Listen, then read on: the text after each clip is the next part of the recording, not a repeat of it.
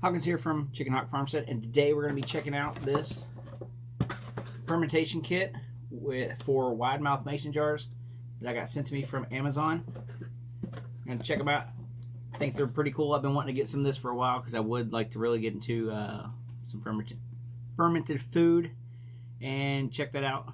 So, alright, let's take a look at what we got. We have, first of all, our glass weights. That's the big one here.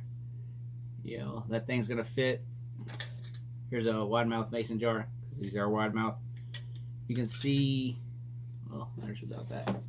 Compared to the top there, I mean, they're gonna cover it pretty good. And you know the saying, if it's under the brine, then it should be fine, or something to that aspect. I think it is. So we got that, and on top of that we have, you can see it here. There's our airlock here. Comes with 4 lids, 4 airlocks. They do have the little grommet there, and I do like the fact that this one, you know, you can put a cap on it.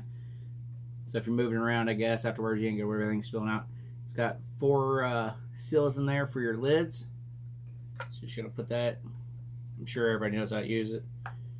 Put your airlock in there. Make sure you put your water in your airlock or your airlock's not gonna work. I usually fill it about halfway or so. And that's going to let the air come out. So as it's fermenting and causing, what is it, CO2, it'll come out. But bad air, so bad bacteria can't get in. Take your wide mouth jar.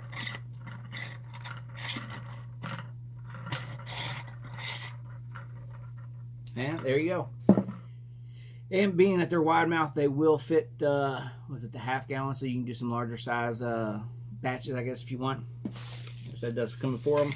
Everything is packaged and wrapped up in this bubble wrap. Super nice. I was a little bit worried about the glass weights, just because they're glass. But everything looks good. I don't see no chips. They got that nice little gripping thing there. Super cool little product. Really simple. I like it. I'll leave a link below if you want to check it out. And let me know what your favorite thing to ferment is, or what you plan on fermenting if you get a set of these. So that's it for now. Don't forget to like, share, and subscribe, and have a good one.